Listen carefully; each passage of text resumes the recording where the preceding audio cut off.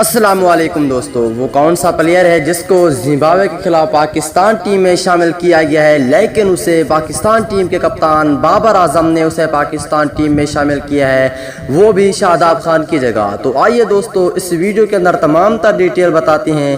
جلدی سے ویڈیو کو لائک کریں، چینل کو سبسکرائب کریں، بیل آئیکن دبا کر آل پر کلک کریں۔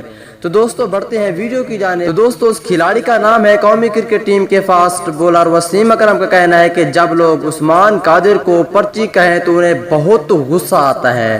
زمبابوے کے خلاف دوسرے ٹی20 میچ کے بعد گفتگو کرتے ہوئے وسیم اکرم کا کہنا تھا کہ ہمارے لوگوں کو سمجھنا چاہیے کہ یہ کوئی گلی محلے کی کرکٹ نہیں ہے، یہ گراؤنڈ کی کرکٹ ہے۔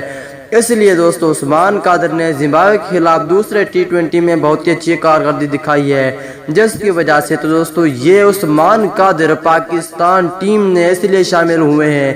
یاد رہے کہ عثمان قادر کے بارے میں سمجھا جاتا ہے کہ انہیں وائٹ بال کپتان بابر اعظم کے ساتھ دوستی کے باعث قومی ٹیم میں جگہ ملی ہے۔ زمبابوے کے خلاف ٹی20 سیریز میں نائب کپتان شاداب خان کی جگہ اسے شامل کیا گیا ہے۔